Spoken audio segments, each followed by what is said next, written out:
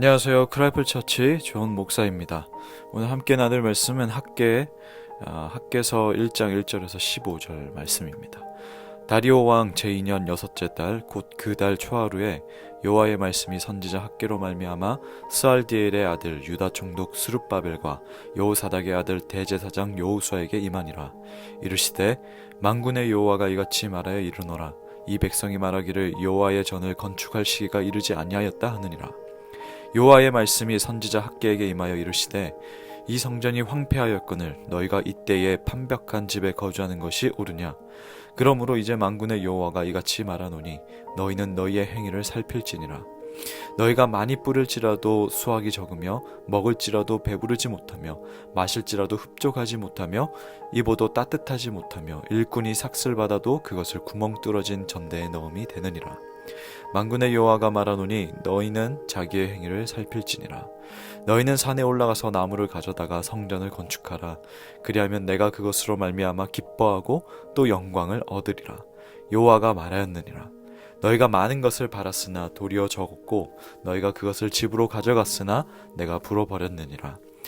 나 만군의 여호와가 말하노라. 이것이 무슨 까닭이냐. 내 집은 황폐하였을 때 너희는 각각 자기의 집을 짓기 위하여 빨랐음이라. 그러므로 너희로 말미암아 하늘은 이슬을 그쳤고 땅은 산물을 그쳤으며 내가 이 땅과 산과 곡물과 새 포도주와 기름과 땅의 모든 소산과 사람과 가축과 손으로 수고하는 모든 일에 한제를 드리게 하였느니라. 스알디엘의 아들 스룹바벨과 여호사닥의 아들 대제사장 여호수아와 남은 모든 백성이 그들의 하나님 여호와의 목소리와 선지자 학개의 말을 들었으니 이는 그들의 하나님 여호와께서 그를 보내셨음이라. 백성이 다 여호와를 경외하며 그때 여호와의 사자 학개가 여호와의 위임을 받아 백성에게 말하여 이르되 여호와가 말하노니 내가 너희와 함께하노라 하니라.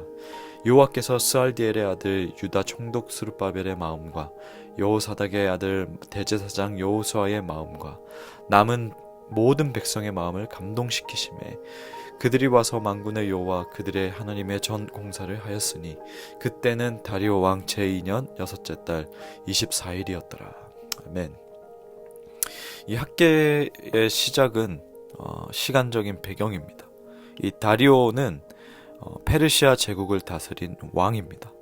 학개서에 나오는 이 4번의 예언은 약 4달 동안 비교적 짧은 시간 동안에 집중적으로 이 말씀이 주어졌습니다. 당시 이스라엘 공동체의 지도자는 선지자 학개뿐만 아니라 본문에도 나오는 총독 스룹바벨과 대제사장 여호수아인데 이 지도자들에게 하나님의 말씀이 임합니다.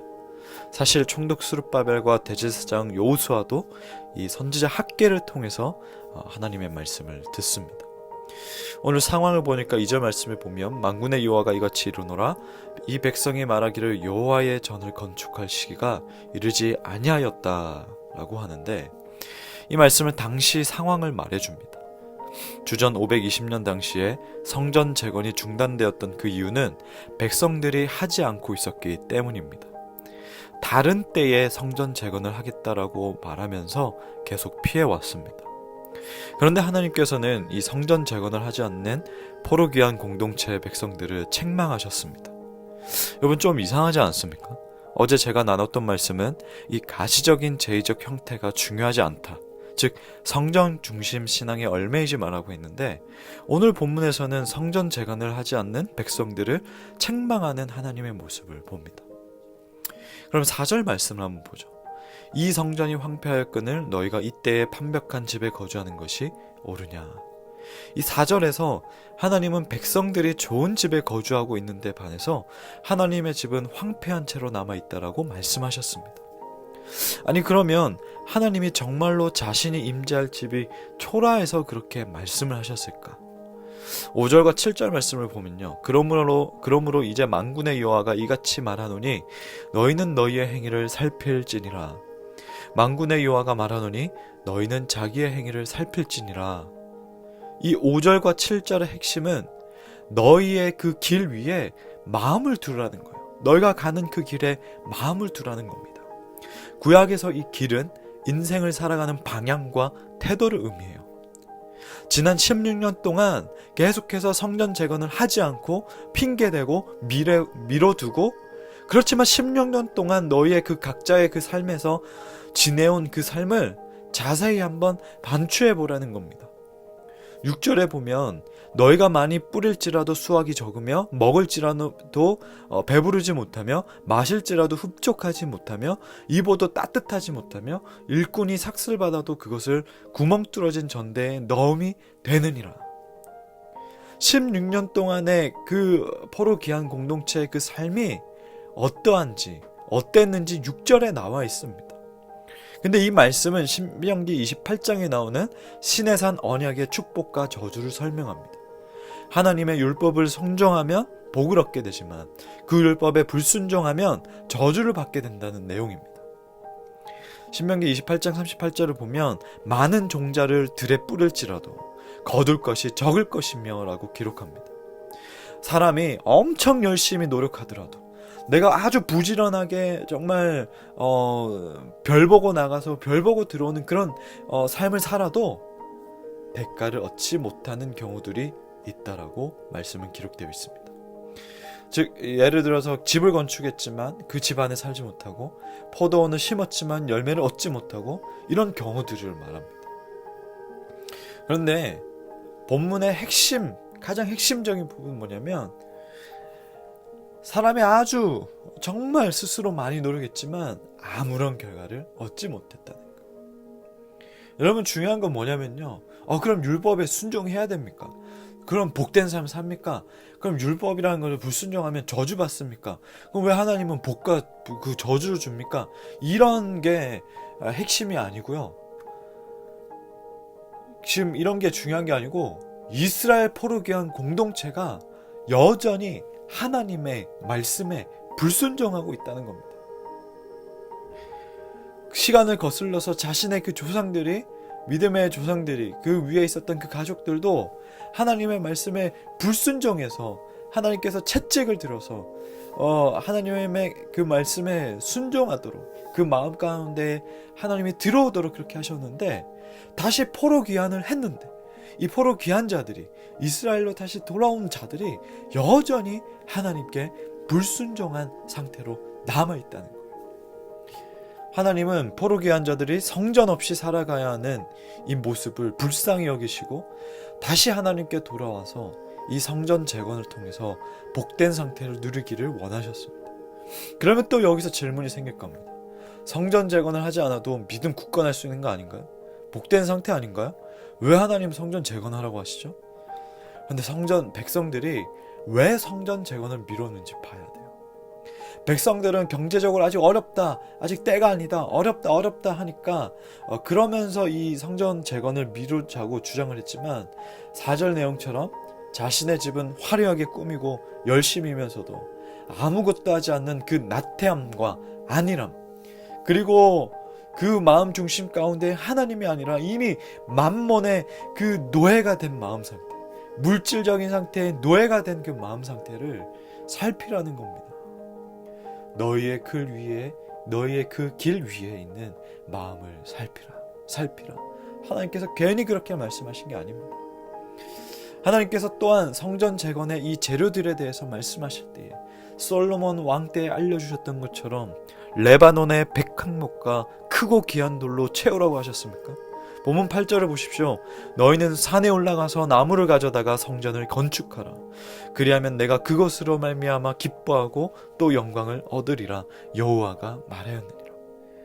산에 올라가서 얻을 수 있는 그 나무는 지금 당장 가도 구할 수 있는 평범한 재료들입니다. 그것으로 성전 재건을 한다고 해도 하나님은 기쁘시게 받으시고 또 그 성전의 영광 중에 임재하겠노라 말씀하십니다. 그러면 뭐예요? 포로 귀한 공동체에게, 그리고 그 포로 귀한 공동체보다 시간을 거슬러 가서 더 그 앞선 그 세대와 그리고 이 포로 귀한 공동체에게, 그리고 오늘날 이 말씀을 지금 나누고 있는 또 듣고 있는 우리에게 바라시는 것은 건물이 아니라 이 세상 무엇보다도 하나님 자기 자신을 더 존귀하게 여기는 그 마음을 하나님께서는 원하십니다. 그래서 그 앞선 세대에게, 포로 귀한 공동체의 그 앞선 세대에게는 예루살렘을 황폐하게 만들면서까지, 그 성전을 무너뜨리면서까지 건물이 아니라 하나님을 더 존귀하게 여기는 그 마음을 알려주시기 원하셨고, 포로기한 공동체에게는 다시금 이 성전 재건을 통하여서 하나님을 더 존귀하게 여기는 마음을 알려주시기 원하셨고, 이 말씀들을 통해서 여전히 하나님께서는 우리에게도 건물이 아니라 하나님을 더 존귀하게 여기는 마음을 달라고, 그것을 원한다라고 말씀을 하고 계십니다. 원민아, 내 마음을 다오. 아니, 이건 구걸 아닙니까? 하나님이 포로기한 공동체에게, 그리고 우리에게 마음을 구걸하시는 거 아닙니까? 왜 하나님이 저와 여러분에게 마음을 달라고 구걸하셔야 됩니까? 하나님께서는 채찍을 들어서 이스라엘 백성에게 덜어내려 했던 것은 마음이었습니다. 자기 중심적인 마음, 하나님이 아니 자기를 더 존귀하게 여기는 마음, 우상의 마음, 이런 것들. 우리는 우리 자신을 비워내고 그 자리에 하나님을 채워야 하는데, 이 하나님께 대한 마음을 오히려 비워내고 더욱더 시간이 갈수록 나로 가득 차 있는 것은 아닌지 오늘 말씀을 통해서 성령께서는 돌아보기를 원하십니다. 12절 말씀을 보십시오. 스알디엘의 아들 스룹바벨과 여호사닥의 아들 대제사장 여호수아와 남은 모든 백성이 그들의 하나님 여호와의 목소리와 선지자 학개의 말을 들었으니 이는 그들의 하나님 여호와께서 그를 보내셨습니다. 백성이 다 여호와를 경외하며, 비로소 이제 학개 선지자를 통해서 그 목소리를 백성들은 들었습니다. 학개를 통해 하나님의 심정이 무엇인지, 하나님의 마음이 무엇인지를 들었습니다. 그래서 그들의 그 마음 가운데에 감동을 받으니까 포로기한 백성들은 성전 짓는 일을 시작했습니다. 비록 16년 동안 지체되었지만 이제라도 성전 재건에 마음을 모았습니다. 정확히는 하나님을 향한 마음을 쏟기 시작했습니다. 이 목소리를 들었다는 것은 청종하다, 순종하다라는 것인데, 즉 백성들이 하나님의 명령에 순종하기로 했다는 것이죠. 개인적으로 목회자로서 더 정확히 영적 실체를 분별하기 위해서 말씀을 가까이 해야겠다는 생각했습니다. 하나님의 목소리, 이 말씀을 통해서 주어지는 하나님의 목소리를 내가 더 민감하게 들어야겠다. 왜 그랬냐면 내 생각과 나의 연민으로 행하는 목회적 돌봄이 때로는 독이 될 수도 있겠다. 어떤 하나님의 말씀은, 하나님의 목소리는 그렇지 않은데 그냥 내 생각과 나의 연민으로 판단해서 그렇게 행하는 목회적 돌봄은 어쩌면 하나님의 목소리와도 때로는 맞지 않을 수도 있겠다, 이런 생각도 해보았습니다. 그리고 왜 그렇게 선배 목사님들이 마치 쳇바퀴 돌리듯이 했을까? 조금이나마 이해가 되었습니다. 어쩌면은 나의 연민으로 하는 목회적 돌봄은 방임적인 자유로 갈 수도 있겠다라는 생각도 해보았습니다. 하지만 그 사이에서 지혜롭게 해야겠죠. 막무가내의 그런 열정과 그런 방임적인 자유, 그 경계 사이에서 하나님의 말씀을 통해서, 이 성경 말씀을 통해서 그 목소리를 더 잘 청종해야겠다, 들어야겠다라는 묵상을 했습니다. 12월의 시작입니다. 여러분은 어떤 목소리를 들었습니까? 그리고 어떤 목소리를 들어야겠다라는 생각을 해봤습니까? 하나님의 목소리에 더 집중하면서 올해를 잘 마무리하시기를 주님 이름으로 축복합니다. 하나님 아버지, 학개 선지자를 통해서 또 총독 스룹바벨과 또 대제사장 여호수아에게 또 하나님의 말씀이 임하였고, 또 그 말씀이 이스라엘 백성에게도 포로 귀한 공동체에게도 그 말씀이 마음 가운데 전해졌습니다. 그 마음 가운데 하나님의 말씀이 임하고 목소리가 들리니까 그 마음이 감동을 받아서 성전 재건을 시작했습니다. 하나님 아버지, 우리에게 하나님 목소리가 들리기 원합니다. 오늘날 우리에게 말씀을 통해서, 성경 말씀을 통해서 하나님께서는 목소리를 들려주시는데, 우리가 이 말씀을 가까이 하기 원하고 말씀을 통해서 하나님의 목소리를 듣기 원하고 살피길 원합니다. 하나님, 우리가 이것을 하면 된다, 안 된다, 뭐 이런 흑백 논리로만 하나님께 다가가다 보니까 처음에는 해야지, 이건 안 해야지 하다가 결국에는 흐지부지하게 되는 모습을 보게 됩니다. 중요한 것은 하나님을 또 존귀하게 여기는 마음이고, 그 마음은 아버지의 목소리를 들었을 때 그로부터 오는 감동으로 인하여서 할 수 있는 것인데, 하나님 이 원리를 우리가 깨닫게 하여 주시고, 또한 이 목소리의 이 말씀에 귀 기울이게 하여 주시고, 그리고 이 말씀을 통해서 우리 마음이 감동받아서 감동받은 마음으로 예배하고, 감동받은 마음으로 섬기고, 감동받은 마음으로 선교하고, 감동받은 마음으로 사랑하고, 감동받은 마음으로 주님 앞에서 살아가는 우리가 되게 하여 주옵소서. 예수님의 이름으로 기도합니다. 아멘.